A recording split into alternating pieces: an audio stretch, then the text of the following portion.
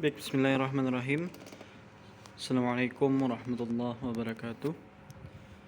Alhamdulillahilladzi arsala rasulahu bil huda wa dinil haqq liyuzhirahu 'alad dini kullih wa kafa billahi shahida. Allahumma shalli wa sallim ala nabiyyina Muhammad wa ala alihi wa sahbihi wa mawalah. Amma ba'd. Rekan-rekan mahasiswa dan mahasiswi di perkuliahan hukum acara peradilan agama, pada kesempatan kali ini sesuai dengan rancangan pembelajaran kita, yaitu materi kita pada hari ini terkait tentang sumber hukum atau asas yuridis daripada hukum acara peradilan agama. Sebelumnya juga sudah saya sampaikan dengan teman-teman semua bahwa hukum acara secara definitif, kemudian hukum acara secara umum terkait dengan kewenangan daripada peradilan agama. Akan saya ulang sedikit sebagai zakarah bagi kita tentang yang saya sampaikan di pekan lalu. Jadi untuk tujuan perkuliahan pada hari ini, kita dapat memahami bagaimana maksud dari hukum acara di peradilan agama, kemudian mengetahui sumber hukum acara peradilan agama. Selanjutnya nanti di pekan depan kita akan mengetahui prinsip dan asas-asas hukum di peradilan agama. Nah, sebagaimana kemarin paparannya adalah bagaimana hukum acara itu secara umum, bahwa hukum acara itu sekumpulan peraturan yang memuat bagaimana cara bertindak di hadapan pengadilan dan cara bagaimana pengadilan itu harus bertindak. Ini sudah ya kemarin ya. Atau juga hukum acara bisa sering juga disebut sebagai hukum formil, di mana tujuannya adalah untuk mempertahankan hukum material. Nah, sedikit mungkin kita kulik sejarah bagaimana hukum acara di Indonesia. Untuk tambahan dari prinsip pengetahuan, mungkin teman-teman dari sebelumnya di mata kuliah sebelumnya juga ada berkaitan dengan hukum acara, kemudian yang dari program Kampus Merdeka mengetahui bagaimana sejarah hukum acara, tapi tidak apa-apa kita ulang untuk memperkuat ingatan ya gitu ya. Nah, sebagaimana kita ketahui bahwa ketentuan yang mengatur hukum acara di peradilan umum dalam sejarahnya itu disebut dengan HIR. Nah, ini juga HIR itu Herzen Indonesia Reglement. Ya, bahasa Belanda itu yang menjadi dasar acuan atau pedoman bagaimana beracara di peradilan umum secara umum. Kalau kita bicara sejarah peradilan agama kan munculnya belakangan gitu. Nah, HIR ini mengatur tentang acara di bidang perdata dan di bidang pidana.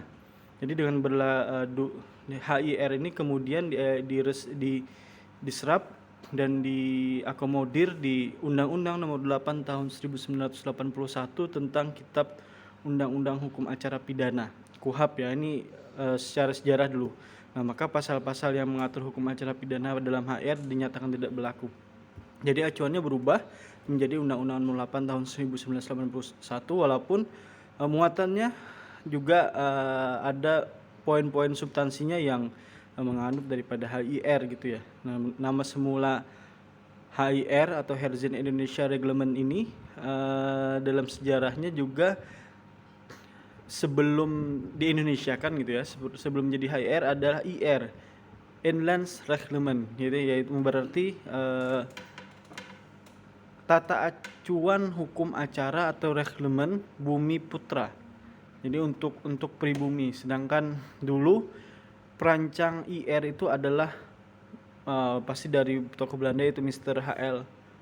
Wichers gitu ya. Waktu itu presiden dari salah satu di daerah yang kemudian dikuasai oleh Belanda, yang Badan Pengadilan Tinggi di Indonesia zaman kolonial Belanda. Pimpinan, kalau sekarang mungkin ketua MA-nya, ketua Mahkamah Agungnya gitu ya. Nah, dengan surat keputusan Gubernur Jenderal pada 5 Desember tahun 1846, Mr. Weiser pada saat itu diberi tugas untuk merancang sebuah peraturan atau reglemen tentang administrasi dan kebijakan terkait proses perdata serta proses pidana bagi golongan bumi putra. Bumi putra ini pribumi atau penduduk asli di Indonesia. Walaupun dalam prakteknya nanti juga HIR ini berlakunya untuk Jawa Madura, sedangkan di luar Jawa Madura juga akan dibedakan gitu ya keberlakuannya. Nah, pembaruan dari IR menjadi HIR ini pada tahun 1941 ternyata tidak membawa perubahan suatu apapun pada hukum acara perdata di pengadilan negeri, yaitu adopsi dari Inlandsreglement tadi menjadi Herzen Indonesia Reglement itu tidak ada perubahan yang signifikan, cuma ganti nama dan kemudian substansinya hanya sedikit yang berubah. Nah, karena mungkin juga faktor sosiologis pada saat itu, para pendiri bangsa juga tidak sempat sampai memikirkan substansi seperti itu karena berjuang untuk kemerdekaan. Nah, itu sejarah bagaimana tata acuan tentang hukum acara secara umum ya, hukum acara. Nah, di zaman Hindia Belanda seperti yang saya sampaikan tadi, ada dualisme hukum yang keberlakuannya ada peradilan government di Jawa dan Madura di satu pihak dan di luar Jawa di lain pihak, kemudian dibedakan peradilan untuk golongan Eropa, Belanda, dan untuk golongan bumi putra. Nah, pada umumnya government untuk golongan Eropa pada tingkat pertama ialah Raad Panjasti, sedangkan untuk golongan bumi putra ialah Landrat. Nah, itu terjadi klasifikasi keberlakuan hukum, jadi belum menemukan asas equality before the law itu sejarah. Ada kemudian orang timur asing dan segala macamnya. Nah, hingga secara singkat dapat kita sampaikan bahwa hukum acara diperbaiki waktu demi waktu berjalan hingga lahirlah beberapa ketentuan, termasuk lahirnya peradilan agama yang mulai dikodifikasi beberapa undang-undang, walaupun substansinya masih banyak juga yang mengambil dari HIR, tapi setidaknya tercipta sebuah kepastian hukum. Itu ya, dan kemudian kita lanjut ke bagaimana. Nah, ini kemarin juga sudah disampaikan. Jadi hukum acara peradilan agama itu tata cara bertindak di muka pengadilan agama dan bagaimana cara pengadilan bertindak agar hukum itu berjalan sebagaimana mestinya. Kemudian kekuasaan kehakiman di peradilan agama itu, kalau pengadilan agama tingkat pertama ada di kabupaten kota, kemudian peradilan tinggi agama ada yaitu tingkat banding, yaitu ada di ibu kota provinsi, dan kemudian Mahkamah Agung tingkat kasasi ada di ibu kota negara. Nah, ini kewenangan nanti secara spesifik akan kita bahas lebih mendalam di pertemuan selanjutnya. Jadi di ketentuan peradilan agama itu ada 9 kewenangan atau kompetensi daripada peradilan agama. Ada perkawinan, waris, wasiat, hibah, wakaf, zakat, infak, sedekah, dan ekonomi syariah. Ini kompetensinya. Yang sekali lagi saya sampaikan bahwa yang beracara di peradilan agama adalah orang yang pernah berakad secara Islam. Meskipun saat ini dia mungkin tidak beragama Islam, dulu pernah berakad secara Islam, maka penyelesaian sengketanya ada di peradilan agama. Oke, kita masuk kepada sumber hukum. Sumber hukum ini yang perlu kita ketahui. Jadi dalam beracara kita punya legal standing, kita punya asas yuridisnya, yaitu yang pertama ada hukum acara yang secara khusus diatur dalam Undang-Undang Peradilan Agama. Kemudian hukum acara perdata pada peradilan umum. Jadi ketika sebuah ketentuan yang tidak termaktub di Undang-Undang Peradilan Agama, maka juga diajukan dipakailah hukum acara perdata pada peradilan umum, karena di peradilan agama adalah perkara perdata ya yang disengketakan. Kemudian ada konfilasi hukum Islam, ada konfilasi hukum ekonomi syariah, ada kanun juga khusus Nanggul Aceh Darussalam menjadi sumber hukum.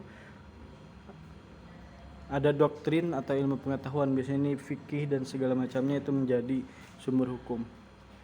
Nah, ini peraturan tentang peradilan agama yang menjadi primer atau substansi primer ada Undang-Undang Nomor 7 Tahun 1999 yang kemudian direvisi menjadi Undang-Undang Nomor 3 Tahun 2006, selanjutnya menjadi Undang-Undang Nomor 50 Tahun 2009. Undang-Undang Nomor 50 Tahun 2009 ya. Nah, perlu kita ketahui bahwa dalam peradilan agama, sumber hukum yang berlaku ketika beracara di peradilan agama berdasarkan pasal 5 ayat 1 Undang-Undang 1951, Undang-Undang Nomor 1 Tahun 1951, maka hukum acara perdata pada pengadilan negeri dilakukan dengan memperhatikan ketentuan Undang-Undang Dasar menurut peraturan-peraturan Indonesia yang telah ada dan berlaku untuk pengadilan negeri. Nah, jadi ketika sebuah peraturan di Undang-Undang Nomor 50 Tahun 2009 tidak mengakomodir, misalkan ada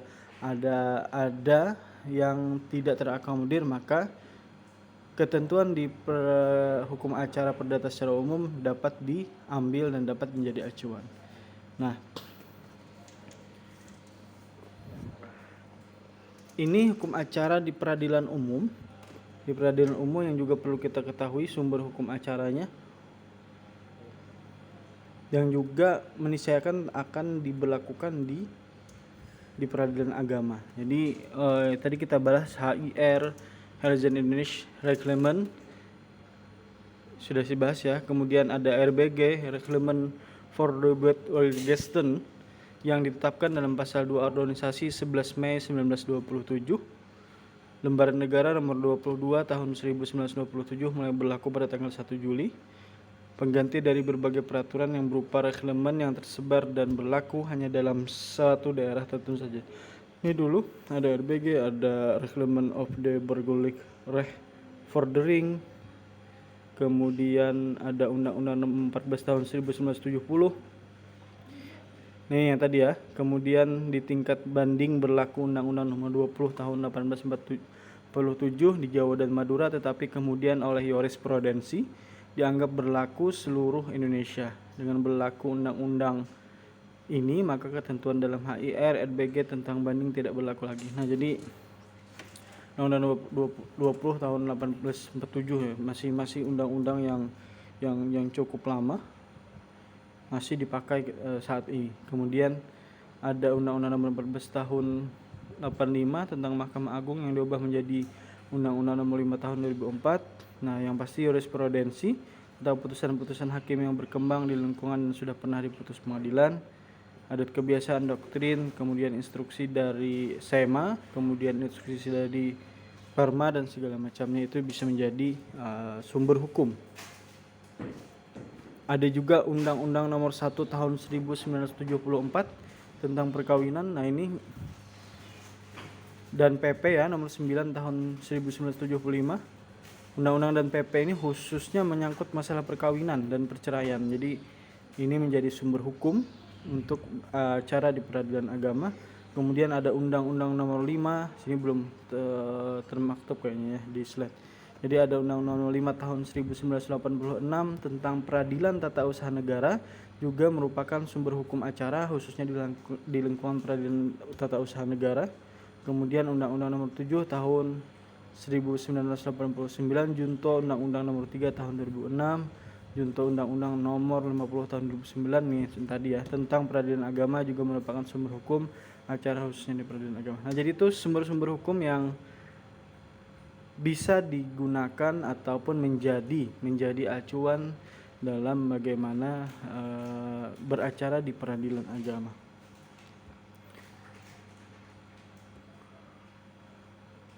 Itu teman-teman sumber hukumnya, dan yang paling penting kalian bisa mempelajari Undang-Undang Nomor 50 Tahun 2009 ya, Undang-Undang Nomor 50 Tahun 2009 yang bisa kalian baca dan pelajari lebih mendalam, karena itu menjadi sumber hukum primer daripada hukum acara peradilan agama. Terima kasih teman-teman, kita diskusikan tentang sumber hukum ini di Google Classroom ya.